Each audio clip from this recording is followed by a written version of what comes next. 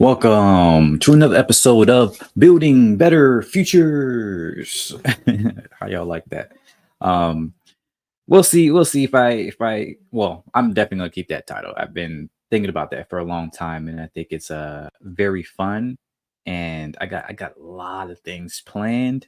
Um, we'll see what I actually get to doing though, because I can be a little bit too ambitious sometimes.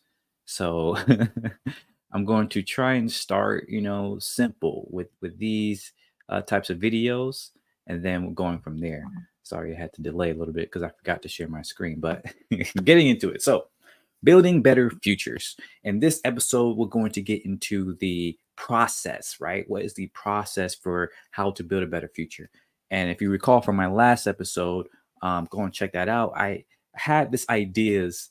I had a bunch of ideas of or inspiration from nature, looking at different processes and different things and stuff like that, as to how change happens, and or better yet, like the things that we can probably replicate from nature, right? The things that we can learn from, and in order to build our own worlds in a better way.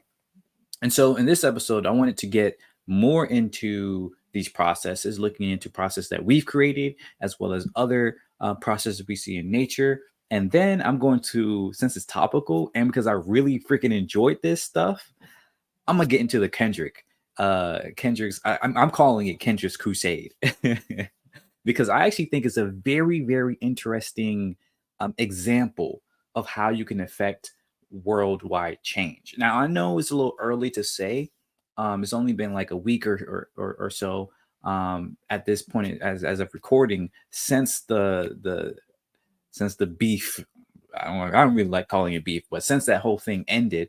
Um, and there's a lot of lessons I think that we can take from this, as to how to really go at not just somebody, but an idea, right? Concept. And we'll get into that. Don't worry. I'm gonna get really into it.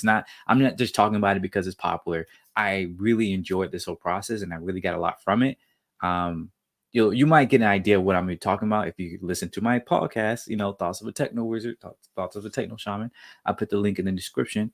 But anyways, enough preamble. Let's get into it. It's gonna be a long one. All right. So building better futures.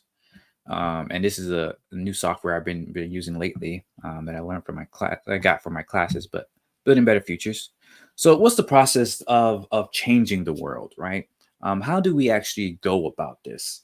The reason why I think we should have a process in the first place is what I alluded to in the last episode, is that we operate in processes, right? Life operates in processes. And so because of that, there is because a process allows us, right, to actually move with conviction, to move with understanding of what the end goal is, as well as how to get there, right? And I feel like when we are thinking about how to change the world, right, how to make the world a better place, especially for me, from an anarchist standpoint, there is this idea, right? You often hear in um, these kind of camps, right? Oh, you trust the process. Just keep doing mutual aid, keep doing community building, keep doing this, keep doing that, and just trust the process is going to work out. But as a person who has been, who is very impatient, right? At the same time, is very ambitious, and as a person who has been working in the space for a while, and even outside the space on my daily job, right? As somebody who's learned the importance of process in terms of creating something, I've come to the realization, or at least in my opinion, that that is a huge blind side, right? Currently in and kind of, I don't even like to call it leftist, but and anybody who wants to make the world a better place, right? It's kind of missing, right? Because this idea of trust the process kind of falls flat when you ask what is the process, right? And maybe it's just because I'm not as much well read as should be. I've read a few things here and there, but I haven't really delved super deep into all of this other stuff. Like, I just don't have the time, right? Or the inclination, to be honest with you. I've tried, but anyways, that's a whole other thing. The point here is that, as we'll get into shortly, when we think about processes, it's something that is clear, concise, but also can be broken down into um, a more detailed and nuanced thing, right? A process, it doesn't have to be something that's rigid and formal and this. It's something that gives you the guideline of how to move forward, right? And that gives us a better idea of what we're doing. So let's get more into it. So first, I wanted to get into the inspirations, right? As I mentioned before. So the first one I want to get into is for user-centered design, right? I'm a designer by trade, by day, if you will, and so a lot of what I'm grabbing here it comes from user-centered design, but you can get into other stuff, and I'll get into that in a little bit. But I really want to focus on this because this shows you what I'm getting at for user-centered design, right? It allows you to create things for different software, different products, hardware, even um, startups. A lot of startup entrepreneurs and stuff like that use this. But the general principle is as such, right? You have this process that you go through. You have your discovery phase where you're trying to get all this information from your users or from your stakeholders or whatever. Um, and I like how they put here the different details in there. So you got your competitor analysis, your audience definition, user scenarios, content survey, right? And you can go even more detail. But the point here is that you have this initial phase where you get the information that you need, right? And then you go into the concepting phase or the production phase or whatever you want to call it, right? And this is where you get your you get more into the details of what you're going to be building, right? Here they point out the process flows, their sitemap or wireframes, and the actual design. In my case, it might be more storyboarding, outlines and such as that.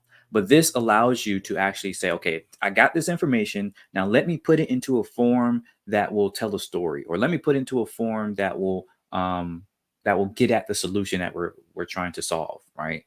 Uh, the ideas and then the creation of the execution of the idea. And finally, you get into the prototyping user testing. So they say prototyping, user testing, review, approval. This can be further broken down to like development phase, for instance, and then QA, quality assurance. And this allows you to again take what you learned, those ideas, those lessons, turn it into a blueprint, right? The prototype, or they put prototyping later on, but there's different ways you can put this. But essentially, the plan for what you're going to be creating, and then you turn it into the actual product, and then you test it and you iterate, right? This is just one idea of this process, but as you see here, there's still a flow, right? There's still a flow that gives you an idea of what you need to do at each step of the way. Here's another way to look at this. This is more linear kind of outlook, but it's still the same. It's still a cycle, right? You got your research phase, your concept, your design, develop, and test. Um, Another way to look at it, right? Research, align, right? Build, test, iterate. And the line there is just because I like this one because it points out how when you do the research phase, you have to have a moment where you thinking about, okay, what's feasible, what's actually going to solve the problem. I like to call it what's designable, as in like, is this the solution that you have the skills and the ability to design to accomplish the goal, right? There's a lot of things that you can create that you might imagine that might be technically feasible, but maybe you don't have the skill or the ability or the know-how to design it into a process or a product, an end product that is actually useful for people. It might just be a cool technology, and we see that all the time in tech, where there's no real design that goes into it. They just went straight into building it. But anyways, all that to say, um, the design process gives you something to actually hold on to, right? And I like this one for it gets into all the, or not all, but a lot of the other details, right? That you can really break this down into. So as you see here at the top, you have your main things, your user research, design, and build, right? There's just a high level process. But within that, you have all these other things, right? They say again, specification docs and tech constraints. You get doing your user interviews and your notes and workflow diagrams, researching things, and research goes back into the ideas, so you have to go research some more. Um, you start with your sketches and prototypes. You have all these ideas here. You put it through a funnel that goes down until you get the end goal, right? The end wireframe, or the thing that you're probably going to actually execute, right? You can create high fidelity mock-ups there, just basically more details and things like that. As you build it out, you want to send it to the technical team, and they actually, or as you design it, you send it to the technical team for them to build it out. And then there might be some back and forth there with them looking at, oh, maybe we can't, do this as expected. You test some things up, you make sure it aligns with your initial goals, and you send it back through, and then you eventually test it out and everything like that. So this just gives you an idea of the smaller details that goes into this larger process. And the reason why I showed you all of this is just to show that once again, a process does not have to be some rigid, one size fits all thing. It's fairly flexible. It's fairly up to the company, the individual, whatever, to execute it as such. But there is still an overlying structure, right? There's still an overlying structure that allows you to move with some confidence as to how you're going to make this product. Someone calling me. Goodness, it's every time, man. I swear. Okay, nothing big, but this time.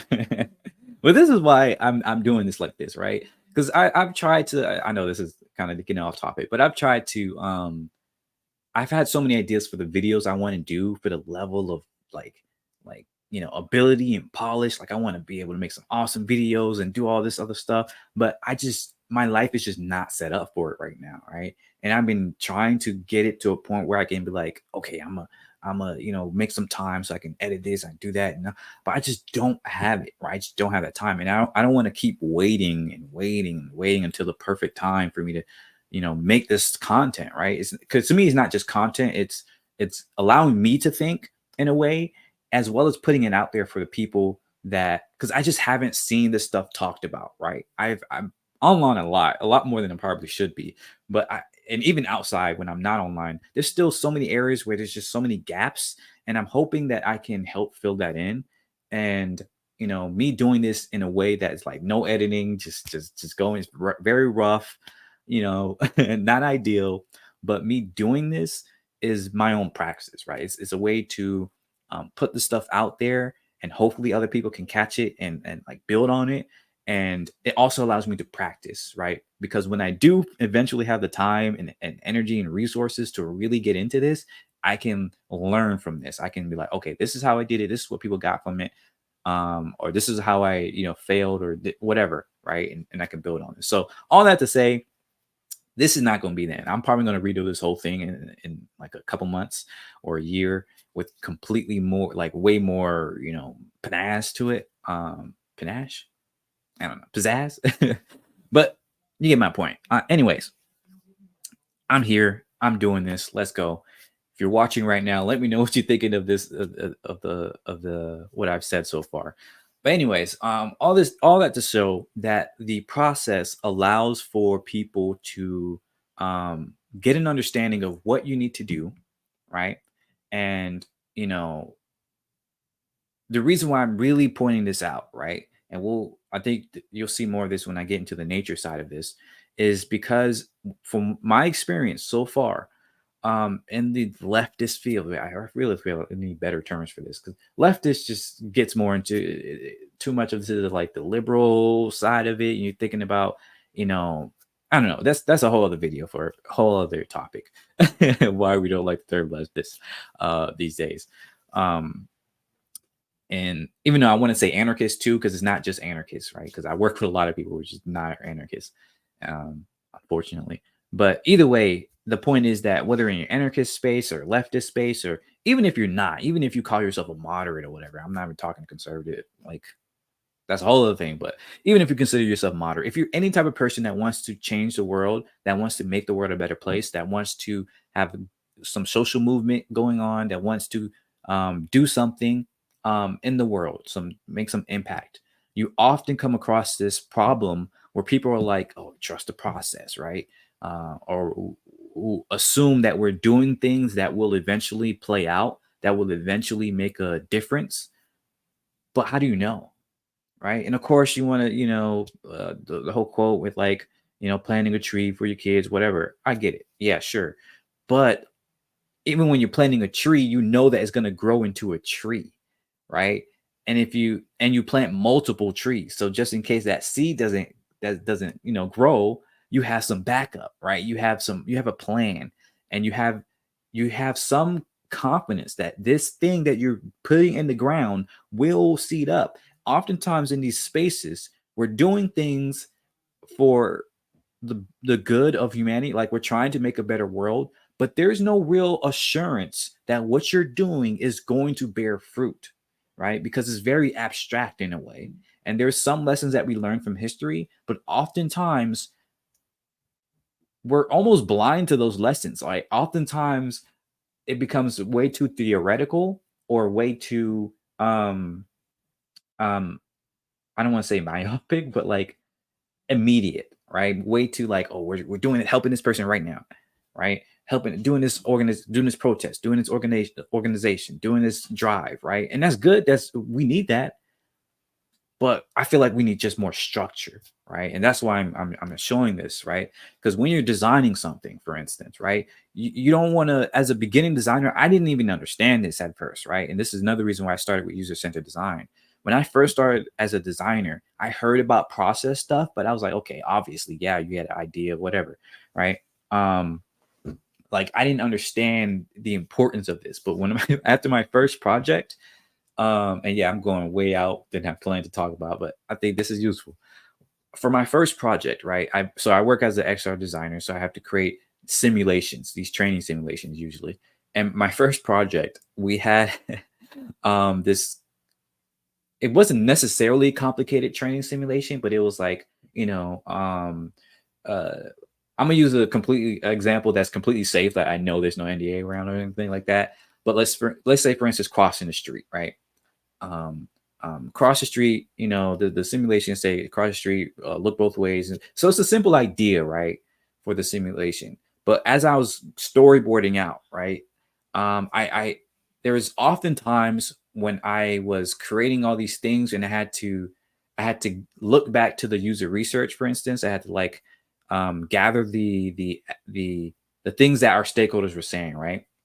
So I will be writing the storyboard of like, okay, the person's going to do this, and then they're going to do that, and I will write some details in, and then I give it to the stakeholder to review, and they were like, oh, you missed this thing, or what about this thing, and I have to go back and rewrite it. And at the same time, our developers were already getting started on the experience of like, okay, we're gonna need this interaction, we're gonna need this scene, and so they were developing stuff, our artists were doing stuff, so everybody's working in tandem. And we thought, okay, yeah, we're making moves. But then because we had to constantly rework, then we had to go back and be like, oh, we missed this, we need to go do that. Or, oh, there's too many cuts here, we need to redo that.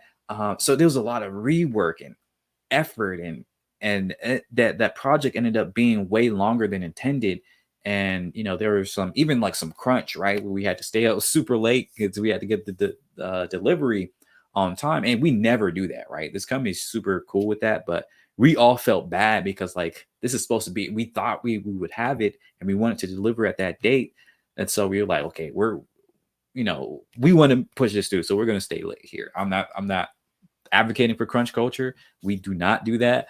But that was just an example of how bad things were, where we all felt like, oh my gosh, we had to fix this, right? So all that to say, the reason that happened is because I didn't have a process, and our company didn't really have a process for the production that we were doing at the time, right? Um, and from that, we created a production process, right? We took all those lessons, we took all those failures, we took all the things that were problematic, and we said, okay, we need to have this thing down, right? We need to do this, do that. We need to basically have a checklist, so we know, okay, we're going to need these details out, and so we can offer, and so that we can plan out more effectively, and all this other stuff. And that allowed us to really have a better understanding as to how to produce things.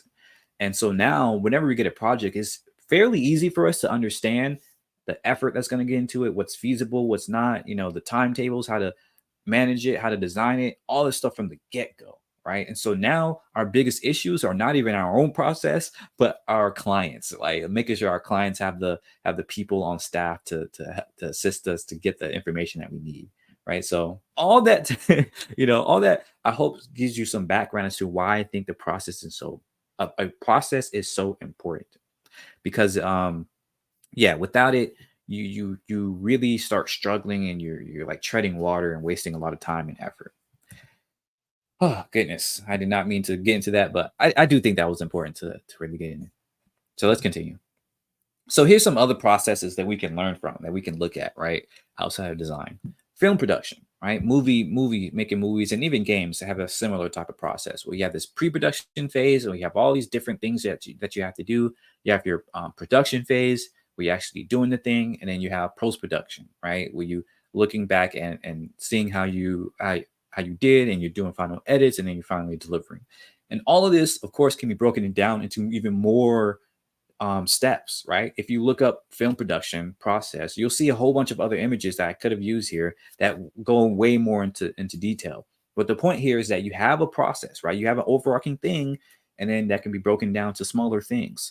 And all along the way, there's a clear understanding of what to do next. Same thing for construction, right? And the reason why I like this one is because it shows you that this operates in the material world as well, right? Even more so because you don't want to be wasting materials and time, and that's why a lot of construction, may take way more time than expected because they probably didn't have a good process going on, right? And this is a very pretty way of looking at it, but once again, you can break it down into further details. You can almost always tell the difference between a good company and a bad company by how whether they have a process and whether they stick to the process. And if they are flexible with that process, right? Again, a process is not meant to be rigid, it's meant to provide guidelines. So sometimes you're going to have to deviate from that process, right? But that's okay. That's expected, right? That should be part of the process to say, okay, these are the overarching things that we're going to need to do, but we're going to have to, change it for this, that, and the other sometimes. And this is another example from agriculture, right? Where you can have you can even say the overarching process here is just plant your seeds, grow it out, harvest, right? But this breaks it down to even further details, right? Just to show you the different things. And if you don't have this available, right, you might start the soil, prepare the soil and stuff like that, or you might just start putting the seeds in the ground, but you don't realize that you need to prepare the soil beforehand, right? And so this allows you to keep in mind, oh, don't forget this important step, right? You may just jump into, harvest or waiting for it to grow, but you don't do irrigation throughout, or maybe you don't do weeding throughout or whatever, or maybe you didn't add your fertilizers, right? These different details allows you to keep things in mind that you usually might not think about all the time. So let's get into some examples with nature. Some water break. So nature has a lot of beautiful examples that we can look at, right? You have this overarching birth, growth, and death cycles, of course, but there's a lot of beautiful things that we can really learn from here. So first, photosynthesis is one example of this cycle, or really a process, right? Again, it doesn't have to be a full circle cycle, but it often is, and that's something we can learn from. But with photosynthesis, you see how you have these intakes come in, right, and these uh, out outtakes. I feel like I don't like that, but you get what I'm saying, right? You have the light and the carbon dioxide coming in. You have the oxygen and sugars going out. They also take minerals and water from the bottom. The light and stuff like that comes in from the leaves, and it goes all the way down, spreads throughout the whole plant, goes to the roots, into the soil, and creates a very rich process there, right? And the lessons we can take from this is how you can have this flow going from one place to another, and the products, right, the byproducts are beneficial to the environment, right? That's something for us to keep in mind. Another example is food chains, right, where you have this, I mentioned before the last episode, with bugs and stuff like that.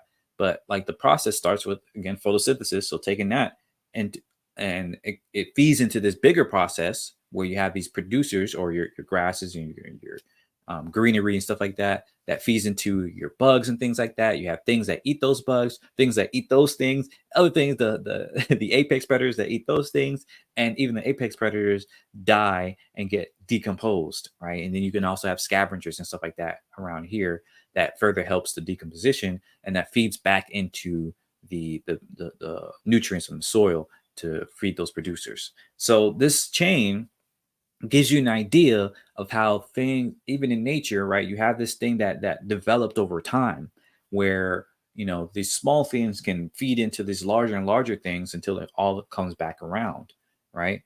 Um, Another example here is the water cycle, right? We've all learned this in school, right? You have your rain coming in, gets put into the surface water, or from the mountains and stuff like that. It creates your rivers and runoff and lakes and everything like that. Your groundwater, it can go into the oceans. You have evaporation that comes up, and even transpiration. This isn't, and the reason I chose this picture too is because I had this transpiration one. I just wanted to talk about this because it just goes to show how, like, oftentimes in our minds, I feel like most of us don't even think about, like, the water cycle, for instance, right? And even when we do, we may not think about the importance of something like transpiration from plants. This is so important because if we kept this in mind, we would it would be so easy to understand that cutting down a whole bunch of trees is a bad idea, right? Because we know that in the water cycle, transpiration is one of the biggest ways, one of the key ways, one of two ways in which water can get from the ground to the air. And so if you cut a bunch of trees down, what happens? Droughts, right? And we see this today where people are cutting down a whole bunch of trees, and then surprise, that, and for some reason they're surprised they have vast amount of droughts going on, right?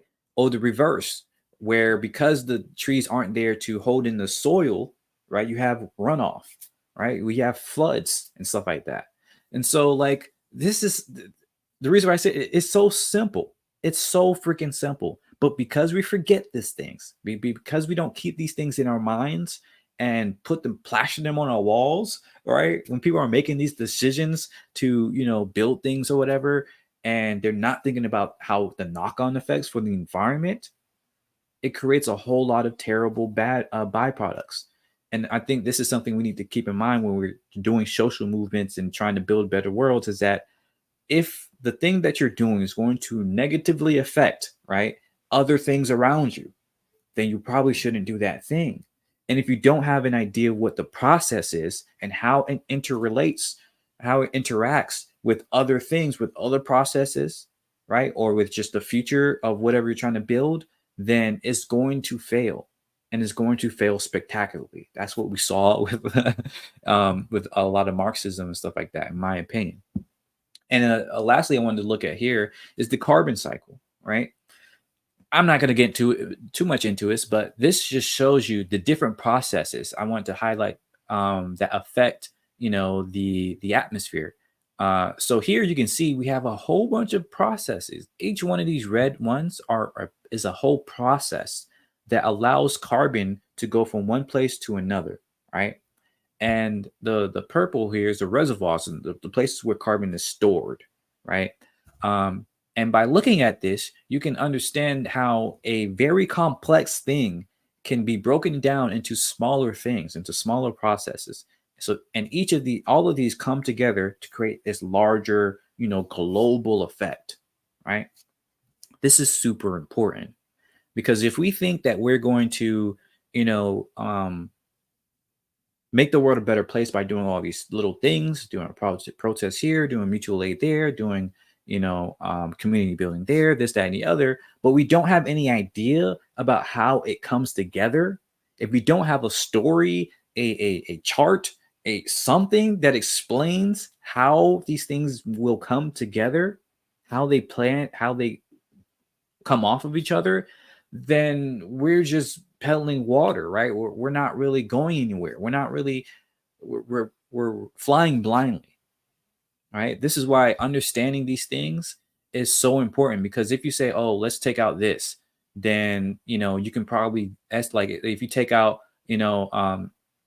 uh let's say some of these reservoirs, right, like what we see here with burning fossil fuels, then you can already have an idea that this right here means it's going to impact all these other things, right? It's going to have a backup effect, right? Or it's going to release all these things that lead into the the reservoir in the first place. It's going to release all that.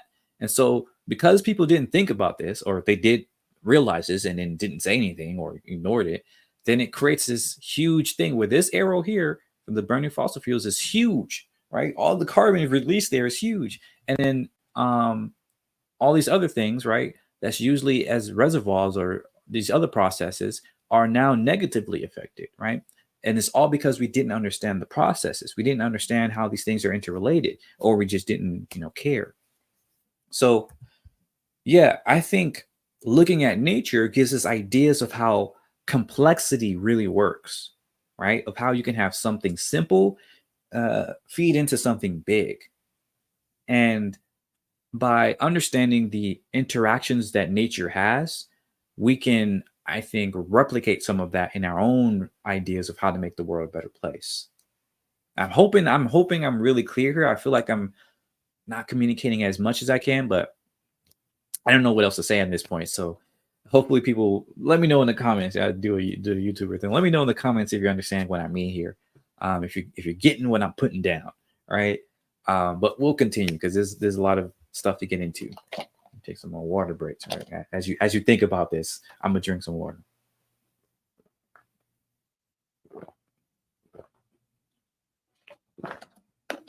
Feel like if I was a real YouTuber, I just cut that, But I'm not gonna edit because I told you if I edit, I'm not gonna put this video out.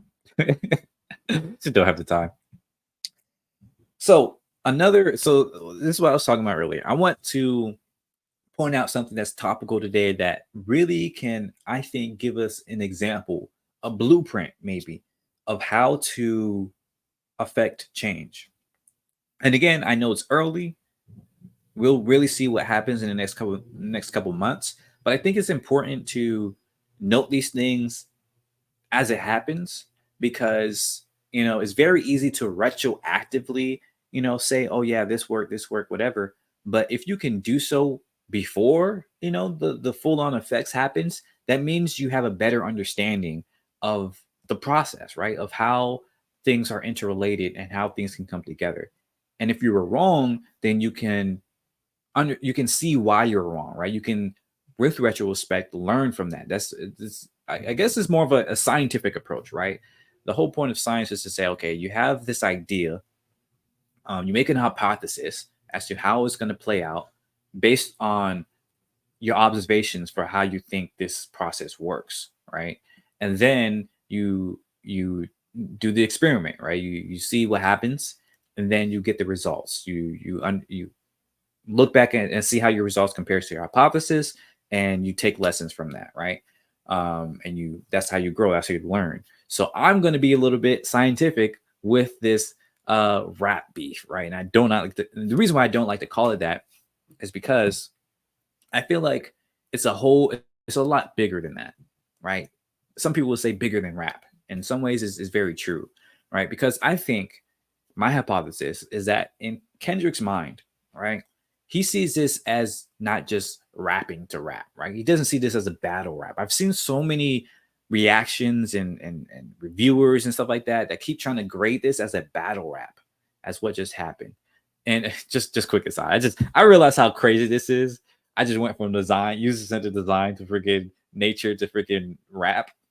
People might have their heads swinging. I'm sorry, but not sorry because this is how I think. Like I think it's very important to like connect these different things. Anyways, I think that Kendrick in his mind does not see this as a battle rap, right? He does not see this as a rap beef. He sees this, in my opinion, from what my understanding, my observations of Kendrick, as well as my own perceptions, my own perspective, is that he sees this as a thing of industry versus culture, right?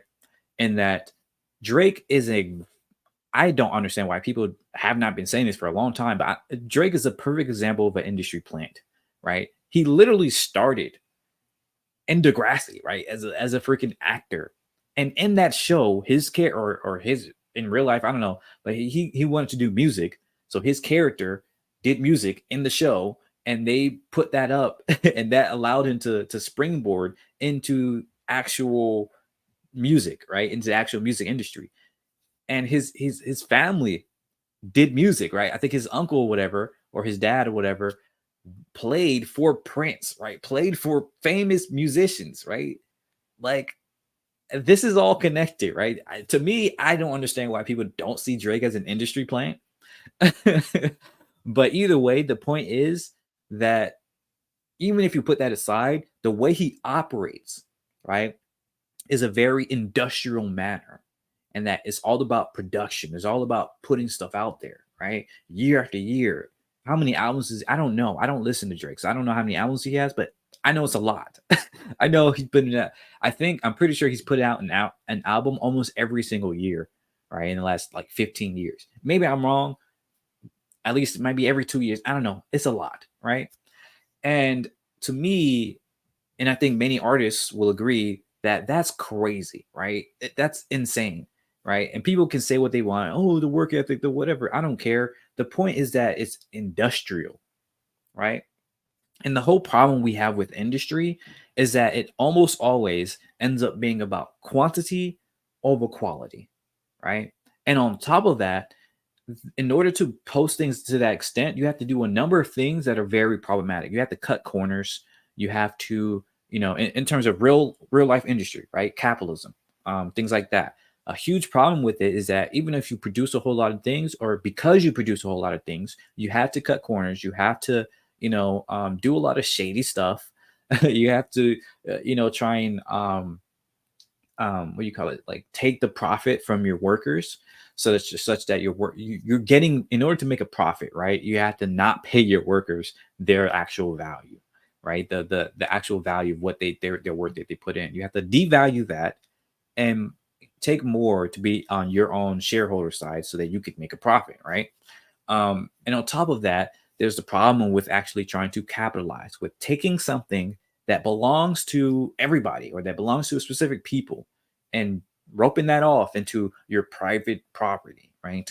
Into intellectual property and stuff like that. Even though these are ideas, concepts, or even inventions that a whole lot of other people participated in, a whole lot of other people helped create, but you segment that off into your own thing and make a profit off of that, right? The tragedy of the commons, for instance, and this is all related, I promise, right? The tragedy of the commons was not that people were not taking care of the common land and resources. It was that capitalists came in, fenced off all the commons, and left only the undesirable bits, right? And that is what got degraded. But prior to that, for hundreds of thousands of years, right, people utilized some commons, some common land in order to share. And that allowed them to create, communities and all this other stuff in a sustainable ecosystem, with their production and with the things that they were using. And so with industry, we see the same thing with music, right? Where you have this idea, if I play a song right now on YouTube, it will get copyright struck, right? Even though that song is something that is in the public like conscious, like everybody's thinking about it. You might you might recognize a song, but then it gets copyright struck. Even if I'm not making money off of it, right? Even if I'm not even trying to make any sort of money off it, my video might still be struck. My video might still be taken out because somebody else, owns this thing, right? And oftentimes the owners aren't the creators, right? And so like I would love to be able to support actual creators, but 99 times out of 10, the actual creators, the people who actually created this music or this art or whatever, are not even getting fed. They're not even getting the money. And it's all a power play. So all that to say, Drake is a great example of this, right? He makes constant music, putting it out there. And oftentimes it's superficial. Oftentimes it's culture vulture stuff, right? Where he goes in, takes something that's popular or that's becoming popular, right? And tries to embody that, tries to be an actor and act like he was there already. Act like that's his stuff, right? And you see that all the time in a lot of his videos, a lot of his music, his lyrics, and all that other stuff. And on top of all that, he's a fucking misogynist, right? Even before I like early on, I've been saying this on a lot of comments, but I'm an OG Drake hater, right? I'm on like FD, right? Shout out FD Signifier. I'm an OG Drake hater, and it's not because I don't like the way he moves or whatever, like the zestiness or whatever. I don't care about that. Like I myself, I will walk around in the skirt if I want to. I don't care. I don't have I don't that the whole macho toxic masculinity. I'm not about that crap. My problem with Drake is that even from the beginning, right? He claimed to be a lover's boy, and he had this nice guy facade, where he's like, oh, making music for women and stuff like that. But it was 9 times out of 10, if you actually look at the lyrics, right, it's terrible stuff. It's very misogynist stuff, and I never really understood why people like that stuff. And my partner, we talk about that a lot. But anyways, um, with Kendrick, right? On the other hand, he's more a man of the culture, right? He's more about authenticity, about making things that are very vulnerable, that really speak to his real life that he's been through, right? In a way that doesn't glorify it too. I've talked about in my podcast the difference, how hip hop shifted from spotlighting and just expressing emotions and trauma into glorifying, right, that trauma, and to glorifying that stuff as something to to praise, right, rather than something to be like, oh man, that was crazy, I got out of that, this is where I came from, right? There's a difference, and sometimes it's a fine line, but sometimes it's very clear, let's be honest. But anyways, Kendrick is a great example of the antithesis of Drake, of somebody who makes culture as opposed to appropriates it, somebody who cares about his family as opposed to does not, right, or tries to use them. Um, and somebody that's, like I said before, is very authentic versus somebody who's very superficial. So I think in Kendrick's mind, he sees this as very as a war for the culture. I like what I think it was Professor, I forgot his name on YouTube. He just a little bit, he just had a good anyway, so I might put it in the description. But yeah, he was talking about how for Kendrick, I think it's like a war for the culture, right? The spirit of the culture. Of like, is hip hop going to continue on as this, or mainstream hip hop, I should say, right? Is going to continue on as this, superficial, poppy type of thing. And as I say in my own like podcast, I don't have a problem with pop music. I listen to a lot of pop music. It's cool. But to make one genre into the other genre, to turn hip hop into pop, to turn rock into pop, to turn country into pop, whatever, that almost always does not end well, right? Because it superficializes the culture. It turns it into something that is, just a commodity, right? It no longer has the depth that made that genre or that art form so impactful in the first place, right? Pop music is like Michael Jackson, right? He's the king of pop, and his music is not superficial, right? But it's focused on the pop sound, right? The things that a lot of people can vibe with and stuff like that. At the same time, he does so in a way that resonates with a lot of people, right? And maybe you even point out some problems with Michael Jackson, definitely. But the point is that he didn't try to, at least to my knowledge, he didn't try to take some like hip hop or whatever, or other genres, whatever, and turn them into pop music. He made pop music, right? So all that to say, uh, this was a fight for the culture, right? To make sure that that hip hop itself is hip hop, right? And whatever that means, good and bad, let's look at that rather than trying to turn hip hop into a commodity, right? That's no different than any other pop music. So let's really get into this. I think a good place to start is with the control verse, right? That was essentially the smoke or the spark, um, like over 10 years ago at this point, that I think really showed some key things here. So in that song, he basically clarified that he wants to be the best, right? It acted as a inciting event where he can announce his intent, he can show what he wants to do, and that allowed people to see that he was being in the spirit of hip hop, right? Treating hip hop as a sport, as a competitive sport, to say, okay, I'm the best, and this is what I'm willing to do, right? I'm going to show you with my bars, I'm going to show you with my music, with my poetry, right? Show them with his ability what he's able to do there. And a lot of people will very much say that it's very much stimulated the culture, right? Maybe not everybody on that that he listed out in that control verse made their own verses and went with that, because I think this kind of goes to show like the kind of boogeyman allegations. Even back then, a lot of people were not like ready to take on Kendrick. Um, but even so, a lot of other people who were not named, honestly, but still made some great music on there. And one of the big ones I seen was Big Crit, like Mount Olympus. Let's shout out that. Like, that's one of the best responses there. It was just a beautiful song. But all that to say that it really stimulated the culture, but also I think it showed friends from foes, right? Because out of all those people that were named, Drake is the only one that took it in a very negative way, that just did not understand the culture. He was, oh, if he's saying all that, man, he should just be about it, blah, blah, blah, blah. Like, he tried to act like he was from this, like, in my opinion, it seemed like he was trying to act like he was from the streets. It's like, oh, if you got beef, then come hit me about it. Like, come fight, right? Like, it seemed like he was kind of going down that route, or like I think he mentioned something like, oh, when I saw him, it was all love and stuff like that. Cause he doesn't understand the culture, right? It's like, and this is a problem that's very, it is kind of going more into hip hop rather than what the process stuff. But I think this is important to note, right? Like, hip hop is all about, not all about, but there's a lot of kayfabe, right, in hip hop. Meaning, like what in wrestling, right? You have this idea of what the sport is, and you'd like to say, oh, wrestling isn't real, but wrestling is about the showmanship, right? It's about the things that people are, the performance, right? And so they put on a mask, and basically, even without a physical mask, they put on a mask like a persona, right, to embody what they're trying to get across.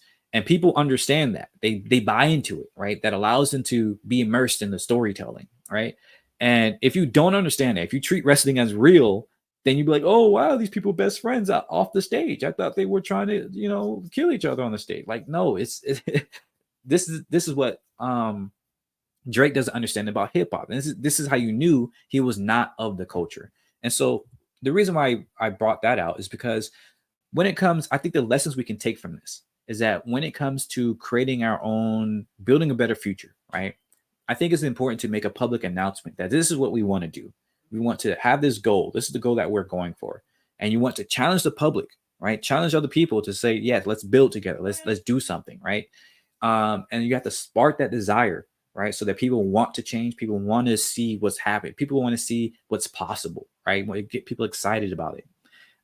As you get people talking about these things and doing these things, you can then sit back and observe like what really, who moves, right? And how do they move?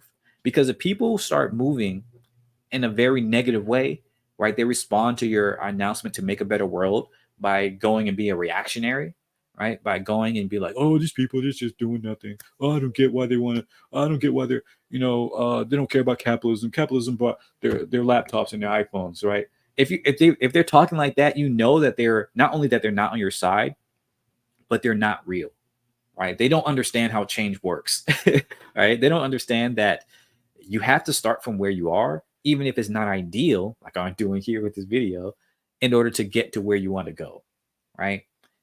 By looking at the way people respond to your public announcement, you can see who's aligned with you and who's not. And that allows you to better get an idea of who to build alliances with, right? If you try to work with a Drake, for instance, then you know from the get-go that this is not going to be authentic. This is not going to be real. And like we'll get into this later, but this is somebody who's trying to commodify, who's trying to just do something that's popular, right? And there's a bar about this later in the stuff.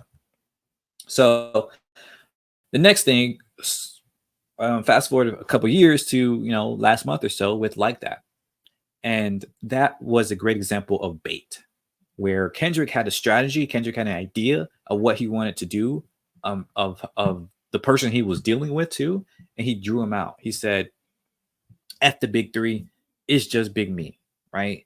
In the first person shooter song with Drake and Kendrick, goodness, Drake and Cole, they were saying, it's big three, but no, it's not really big three. It's like a Super Bowl. It's just us two, right? And that was an attempt to kind of call out Kendrick a bit, to kind of do a little sneak dissing. And Kendrick saw that, I think, in my opinion, as an opportunity to be like, all right, not only am I going to respond, but I'm going to respond in a way that I know they're going to have to respond back, right? He set up the playing field so that he can have, he can. This is what I forgot to say the last one when he back in the control verse. After that control verse, they were in those 10 years or whatever it's been since the control verse. There's been a lot of sneak dissing, right? A lot of going back and forth of these things, and I'm not going to highlight all that. You can go look it up. There's some really great videos. I post them in the description, but there was a lot of back and forth that you saw that Kendrick and Drake were not, seeing eye to eye. And specifically, you can tell that Kendrick did not like Drake, right? You can see in a lot of his music, he's always seen him as a very superficial, inauthentic person. And so with this, he understood that the ego that his opponent would have, right? And this allowed him to set up the playing field in a very clever way. Furthermore, um, the things that we can take from this is that when you operate, when you're ready to act, you have to do so with ambition, right? You have to actually act. You have to swing big, right? Because oftentimes we find ourselves sneak dissing, right? Saying, "Oh, I don't like capitalism. I don't like this. I don't like that." Right? Complaining, but not really doing much with it. And even when we do, it's not really like we don't operate with the same level of hate, right? That Kendrick has for Drake. All right. And that is the problem, right? Because if we talk about, the problems of capitalism and all this other stuff so much, but we're not really, going to the extent that we could, as in like really showing the problems of it, then it's going to be very difficult to be authentic, right? With your own ideas of how to make the world a better place. Oftentimes you will see people say they want to make the world a better place, but then just replicate the same issues that we see, right? Because they like this convenience that capitalism provides. Even though that convenience is not sustainable, right? That convenience is not actually something that's beneficial. It's a whole other episode. But anyways, so some things that we can learn from this is to be strategic when we're operating, to be ambitious, but be ready to back it up. Be ready to say, okay, this is how we're going to make this happen, right? And of course, get people excited because that's important, right? You have to have people ready to buy in to your process, to what you're doing, to your project. So the next thing that came out was Euphoria, right? About what 10 days or something like that. It cut like almost 2 weeks after Drake put out his, push-ups song and then his tailor-made freestyle, which was atrocious in terms of the AI stuff. But Euphoria is a great example of the fire, right? Lighting the fire, throwing the big punch, right? He said one of the lines he has so many great lines here, but I took this one because it's very very illuminating, right? He says, "I hate the way you hate the way that you walk, where you talk. I hate the way that you dress." Right? And this not only was it a callback to other people who did not like Drake, such as um oh my gosh, how am I forgetting his name? Oh, I'm so mad at myself. I might have to pause it and go look up his name. I'm gonna have to pause for that because that's crazy.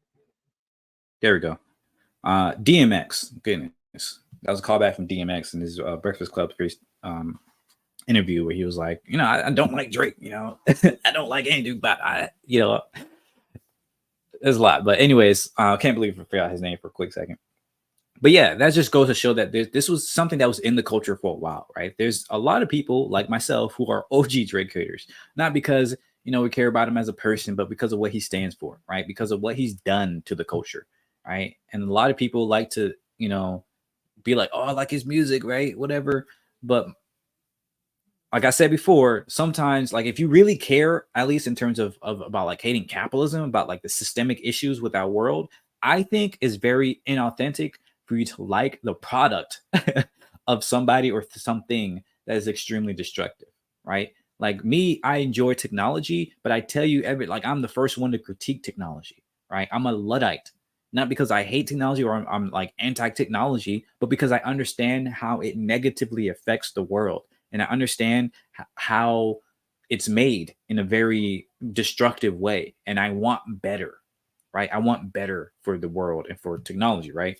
And so I think we have to be able to understand like hate can drive us, right? As I say it here, use hate to drive you, but in a controlled way. You know, you don't want to be just walking around doing all this crazy stuff. You want to be strategic with it. I have some in Kendrick's thing. He got people thinking, right? He dropped some breadcrumbs about what's to come, and he gave some warnings as to, you know, you don't want to push for any further, right? Because this allows people to, like I hear see here, you know, show some manner of control, right? You're not just going off the handle with things. You're operating in a way that is very clearly, um, like I said, strategic, right? Very clearly planned out. So the lessons that we can learn from here, as you see already, is just to be authentic with what we want and what we want to do, but also do something that helps people to have an idea about what you're about, and to give people something that they can build upon, and they can say, okay, I see where you're going from here, and I like it. Right? I want to see more. Get people wanting more, from what you're producing. So the next thing example here is from 616 or 616 in LA. And this is a good example of like a warning, right? A jab, right? You did the punch, you hit him hard, and now you're just gonna, you know, just do a little jab, little warning, but in a way that you see uh, is very purposeful, right? Again, strategic. A line I came up from here is how you said, you know, I know you can't sleep. These images trouble you. You know the wires in your circle should puzzle you. So he's allowing, giving Drake this like, hey, I'm in your camp, right? He's sowing discord in enemy camp. This is kind of like some art of war type stuff, right? Where he's like, uh, getting Drake to mistrust his own, alliances, right? His own peoples, and this is this is diabolical in a way, right? And this track is very interesting because it's not on YouTube or anywhere else. It's just on Instagram, and part of that I think I heard was because the samples weren't cleared, but I also think part of it was because Drake is always on IG, right? Jake was, since Kendrick has been putting out stuff, Drake has been on there, you know, doing his memes and stuff like that. And so it's like Kendrick came to his playing field, and even then, it was still people. He got people talking, got people interested. But I also think it served as a double thing, right? It served as a double, as a feint, right? Because later that night, Drake dropped his diss, right? His Family Matters, and in that, Drake was really, you can tell Drake thought this was going to be it. I think it dropped on a Friday night, and people were like, oh, he dropped, whatever. And the video Family Matters was a video, right? It wasn't just a picture like Kendrick has been doing. Um, and these pictures have been, you know, something else too, because it gives an example. It's like showing you, I got something coming, right? Are you really ready for it? um but it also kind of, I think, fainted, was like a feint to Drake to make Drake feel like, oh, this is your back to back, because in Euphoria he said back to back, I like back to back, I'll get back to that for the record, right? And so I feel like it made Drake start thinking, oh, he has another one ready, right? He has another one ready. And so when Kendrick drops this, right, which is really good, right? It's not like it's a throwaway. It was pretty good in that it it imitated Drake's own style, right? He has this time step thing where he's doing these. Again, I don't listen to his music, but this is what I've heard and seen from a lot of the breakdowns, right? Well, Drake has a lot of these songs where he's like reflecting and flexing and stuff like that. And Kendrick does the same thing in the very beginning. He's like flexing a little bit, then he's reflecting, and then he goes in off after Drake. And it just goes to show that I can do what you do even better, right? And so again, be strategic, right? The lessons we can take from this is that we can replicate what capitalism does or whatever, right? But we do so in a better way, in a way that's more sustainable, in a way that's more, grounded, right? And that shows people that you're not, I think, well, like the poverty, you're not calling for people to just, you know be primitivists or something like that. You're trying to offer people a different alternative solution, that allows them to have a better idea of what's possible, right? To give them alternative of what's possible. But you also want to hint at what you have coming forward, right? To show that you're not just some, you know, naive people, right? That are just doing whatever. You have people in the enemy camp. You understand what they're doing, right? And that only not only scares your enemies, but that also shows your allies or the onlookers that you have a plan, right? That you have a strategy, that you have some gumption, that you have some ability to really execute on what you're saying, right? This controls the battlefield. It controls the narrative in a way, and we'll get more into that shortly because the next one, the haymaker, the knockout punch, right? Many people consider this one of the craziest disses, um, because barely 20 minutes after Fat Drake drops his response with this video and his three flows and his three beats and all this other stuff, um, Kendrick completely just snatches the public consciousness where he drops this "Meet the Grams" song barely 20 minutes after Drake's response. And it's a really dark song, right? I could probably play this whole because that's another thing that Kendrick did, right? He took off the copyright stuff so that anybody can make music or anybody can make videos and stuff like that and not get copyright struck for his song. So let me know if you want me to do like a real breakdown, not just from the lyrics, but from like other things that I feel like other people aren't talking about, like the strategy involved here, as well as like how different lines and bars might line up with stuff. I might just do it just for fun, even though nobody's really gonna watch it at this point. Um, but I think, like I said, I've been watching a lot of breakdowns, and I still see things that people are missing. And maybe again, maybe it's just like I'm just having my own like bias from this or my own perspective from this that's not really connected to Drake's own thing or Kendrick's own thing.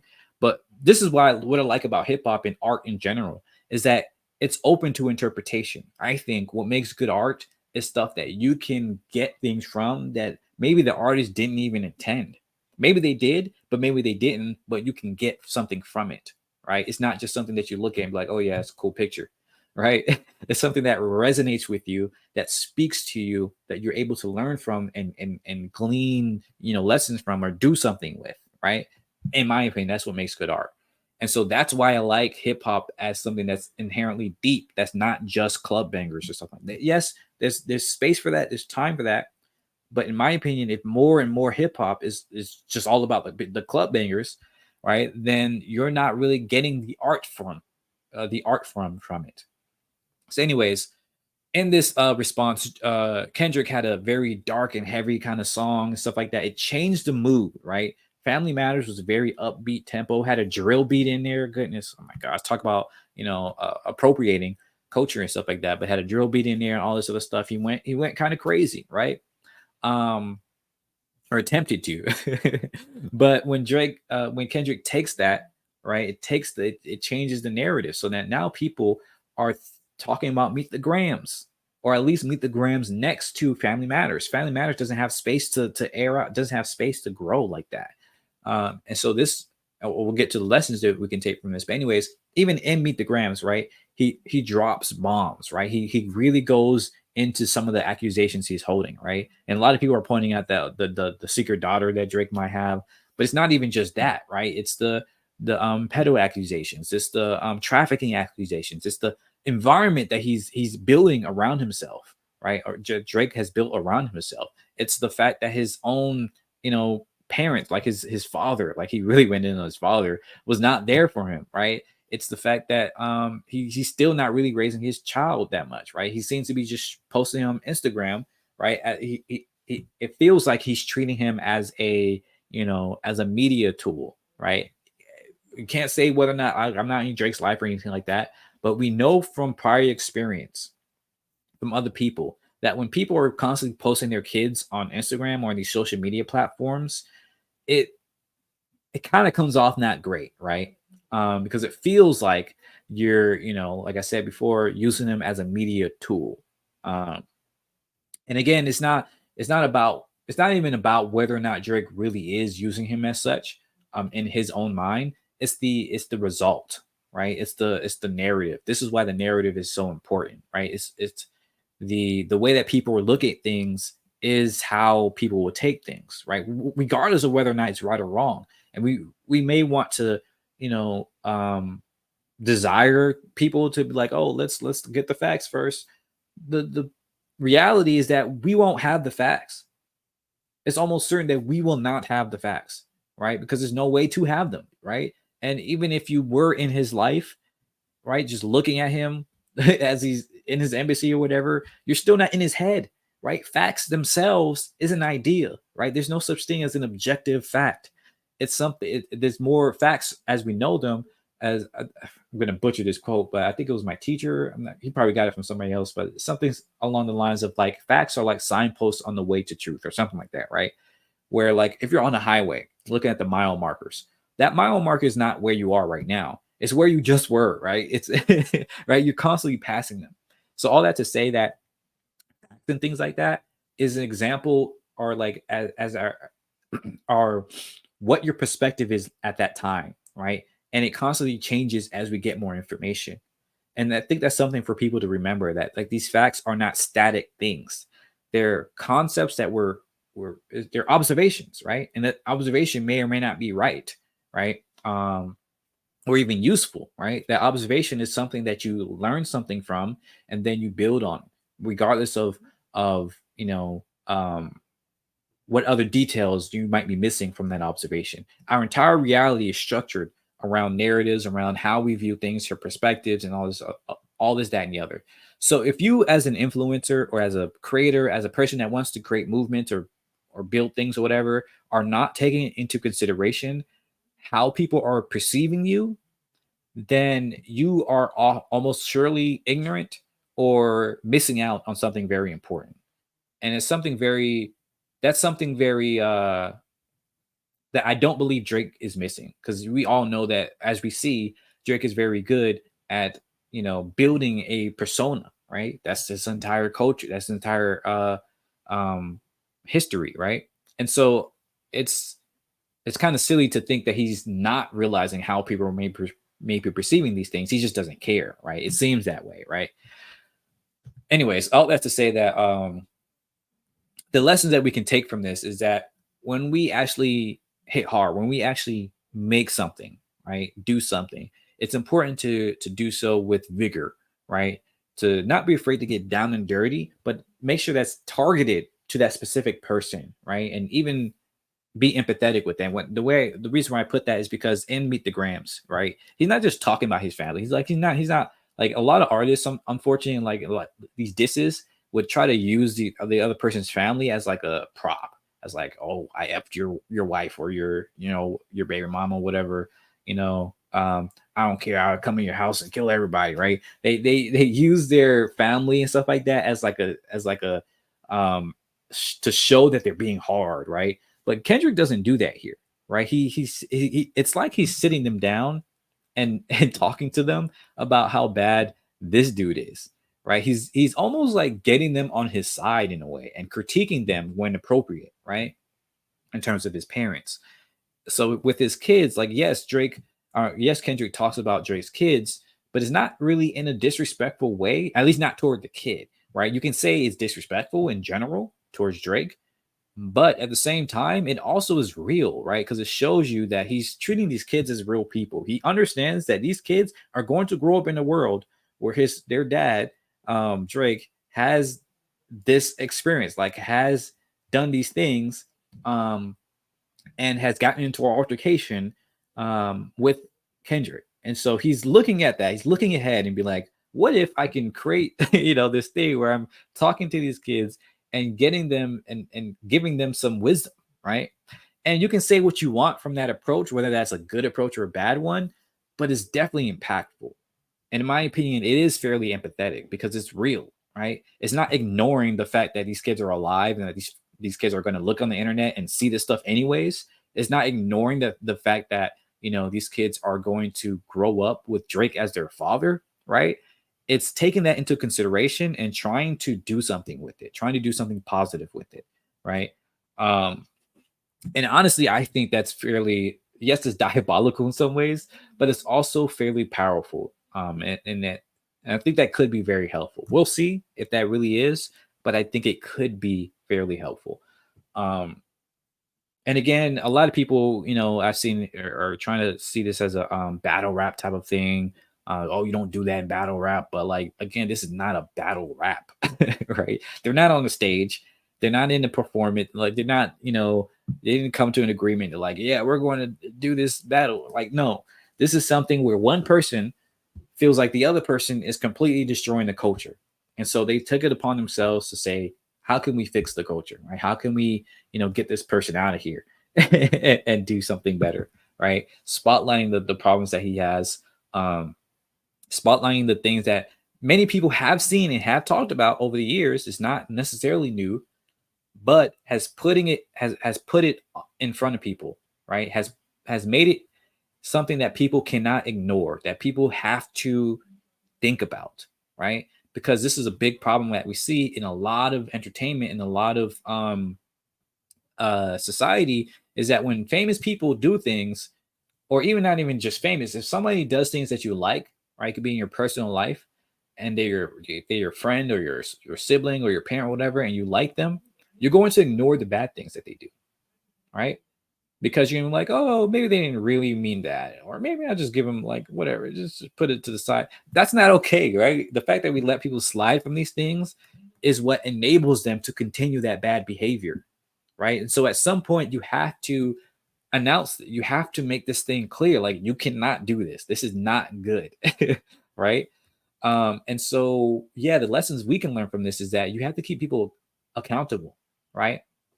I've seen this in my own experience in terms of these movements where sometimes people are doing shady things, and if you don't speak up, then that shows other people around you or other people in the space that this is not really a safe space, right? That people might get away with bad behavior, and that's not healthy. That's not a good way to build a community, right?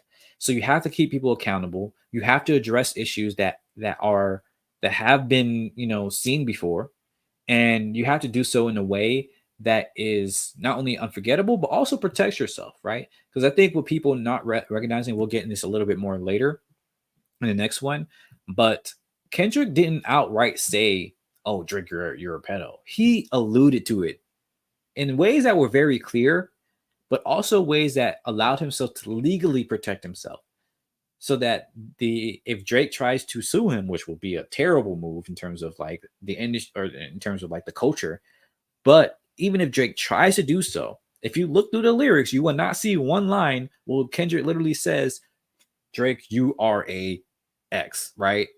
He alludes to it. He sets it up in different ways and stuff like that. Even in the next song, which we'll get to shortly, he does not outright say you are X. So I don't think this will stand up if he tries to sue him or for like libel or slander or whatever, right? Like that. Maybe I'm wrong, but um I think what makes this very clever is that he points out things that are very factual in ways like showing that his bodyguard, whatever, Baka, whatever, literally is like, did go do time for that stuff, right?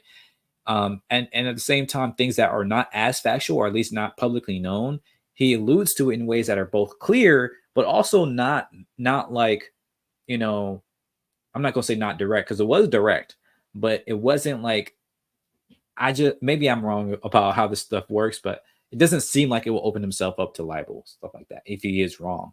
I don't think he is, because again, there was plenty of breadcrumbs, there's plenty of stuff out there. But the point is that he was clear with it, but not.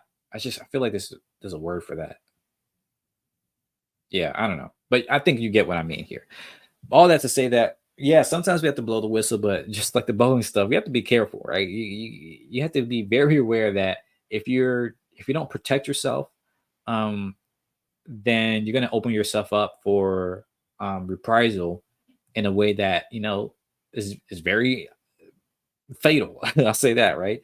And so, yeah, this shows you that when we're building, these movements and or whatever we're trying to build, once you go attack your opponent, be strategic with it, protect yourself, but also be real, be very very impactful with what you're doing. So finally we get into the victory lap, the double tap, right? With Not Like Us. So the next day, Kendrick drops this. So not only did he take the mood, did he shift the mood the prior night, but the next day he comes out with this bop, this absolute banger that no one can like rightfully say is not a banger, right? So this goes to show that he can do different things. Like I said before, he can do what Drake does. He can do this part, he can do that part, and he can even do a song that is very popular, that's very streamed, that has the streams, that has the all these things. So I love this line where he says, "Sometimes you got to pop out and show people." Certified boogeyman. I'm the one that up the score with him. Like he's showing that he has to be the one. Like sometimes you got to just show like, yeah, you can really do this stuff, right? Like you're about that. Um, so he gave people what people were asking for. Like a lot of people were saying, "Oh, it's not fun anymore with Meet the Grants." Right? He took the fun out of it, and all this. It was scary. Yeah, it was scary, but he also shows you with this next track that he can also do the fun stuff. Right? He said, "You want to have fun? Boom, have some fun." Right? And this one gives people not only in terms of the club banger, but also the battle rap stuff, right? Where almost every bar is impactful, right? Almost every bar has some clever wordplay, some onomatopoeias, and his flow is impeccable throughout the whole thing, right? So it's a great song.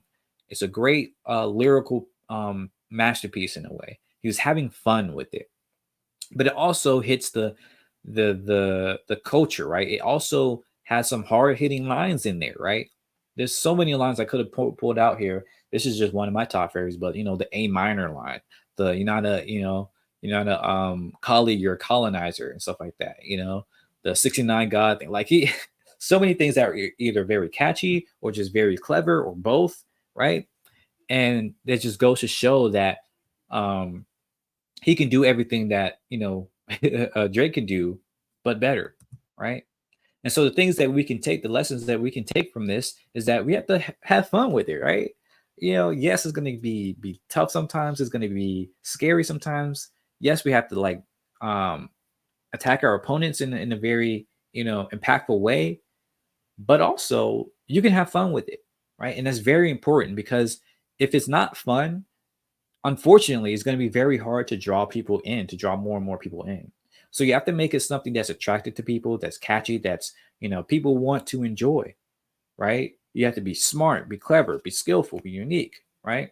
And be cultural, right? He has Mustard on this. There's Mustard. I didn't even know who Mustard was. I'm gonna be super honest with you. I did not know.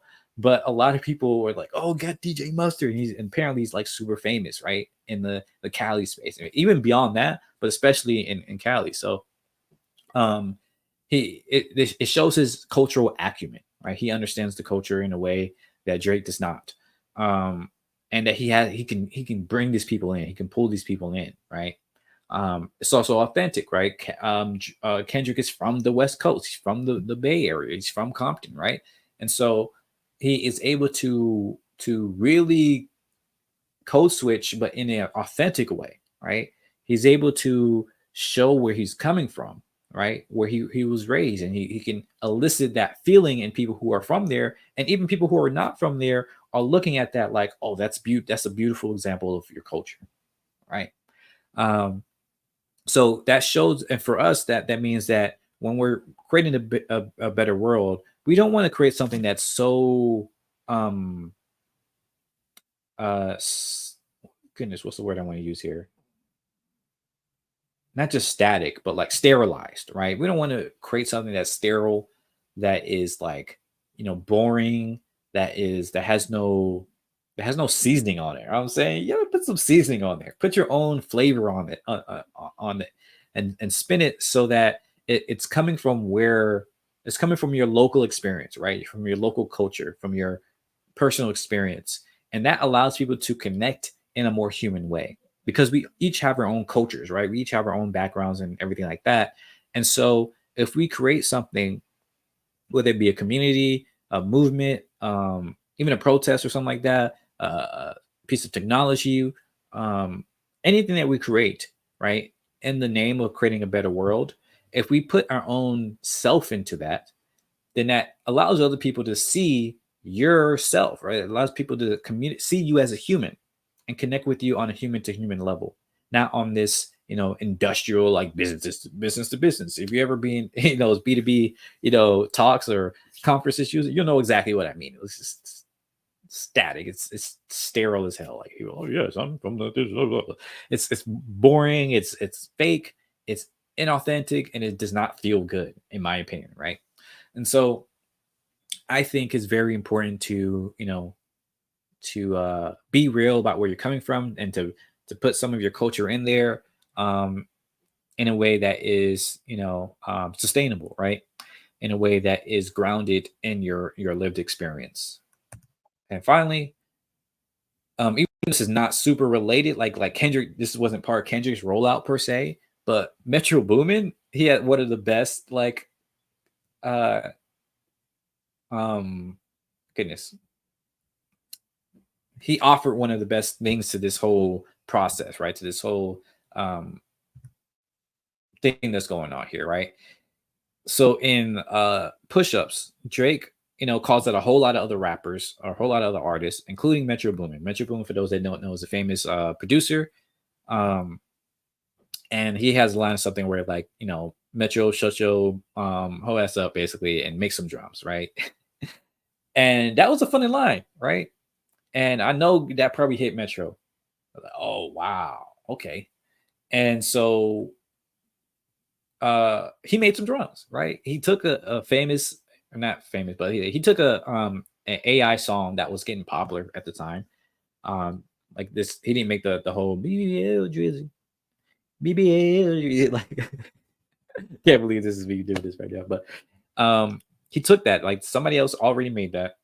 He didn't know where it came from, so yeah, he later gave that person credit. I think it was like avocado something, I don't know. But anyways, he gave that person credit. But basically, he takes this song, puts some drums on it, speeds it up, like makes it it's a good song. And you can go check it out, BBL Drizzy, right? He turns it into a beat, an instrumental. He says the person that makes the best verse on this, he'll give you a free beat. And that's crazy coming from Metro Boomin, one of the most popular and well liked producers in hip hop right now. And on top of that, he doubled down and said, actually, I'm gonna give the top 2 or 3 people some beats, and the top person is gonna get $10,000. So now you have, like, the world coming in on this beef, right? And to me, this speaks to the culture, right? Um, I come back to that. But yeah, it speaks to the culture. This is why I said, oh yeah, the culture of the internet, right? Turning it into something that's not just between Kendrick and Drake, but that's literally between the culture and the industry, right? The culture in this industry plant, right? Where a lot of people are now participating in this thing, right? And this shows you the power of, like, memes, the power of um, um, open participation, and even fanning the flames instigating a little bit, right? Like, sometimes when you see somebody that is on your, oh, excuse me, that is kind of on your side, don't get me wrong, Metro has his own problems, um, but is, like, attacking your opponent, like, you're the enemy of your enemy is your friend, right? So, like, if the fact that, see, he saw, Kendrick doing all this, and he himself, was dissed, and he turned that into this movement, it really goes to show how you can take L's and turn it into a W, right? Um, so the lessons that I think we can learn from this, and I'll end it here, is that sometimes we will take L's, right? We will, lose out on things. We will fail on some things. We will come across roadblocks and everything like that. But if you can flip it, if you can find the humor in it, or just turn it into something, into a meme, that it takes the power away from, the L. It takes the power away from the failure and turns it into, a potential opportunity. Furthermore, if you tag in the community, like, when you're tired, when you fail, when you feel like you got hit, like, all right, cool, let me get other people getting in on this, right? Because there might be, as Kendrick showed, there's a lot of people that were also kind of praying on Drake's downfall, right? And a big reason for that is because he's always been moving with this inauthenticity. He's always been moving with this uh, seemingly predatory, approach. And a lot of people, saw that but didn't want to say anything for whatever reason. And so if you uh, see that, right? As you're building this community, you see other people. Like, a lot of people don't like capitalism. A lot of people don't like patriarchy. A lot of people don't like, a lot of these hierarchical institutions that are out there.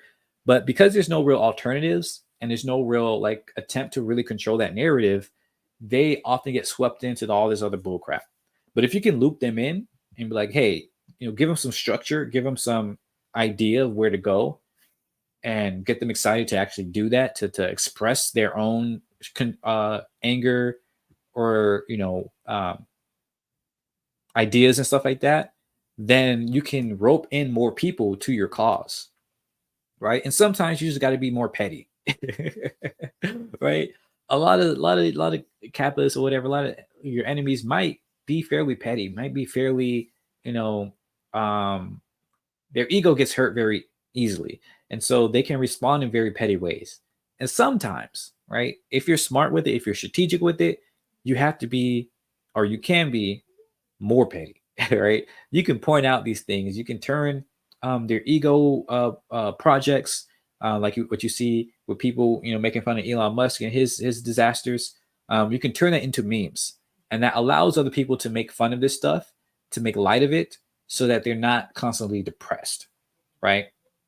They're not constantly crowded out by this big name and stuff like that. If you could turn that big name into something that is like small, or something that is, funny, then it allows more people to participate and be like, oh, okay, yeah, I can get in on this. I can actually do something, right? And that's something that we see all the time, right? Is a lot of times we look at this stuff and we say, oh, that's not me, right? I can't do anything about it. But what if you could, right? And sometimes I take something like Kendrick or Metro to put something out there for it. But sometimes it just takes, you realizing that that other person, that big name, that big institution, whatever, they're still just humans. They're still just people, right? And even AI, right? It's still just a computer, right? Don't get me wrong; it's extremely complicated, extremely powerful, resourceful, all the other stuff, these institutions and all this other stuff. But at the end of the day, it's made of a bunch of people, a bunch of bits and bytes, a bunch of little components that you can take apart.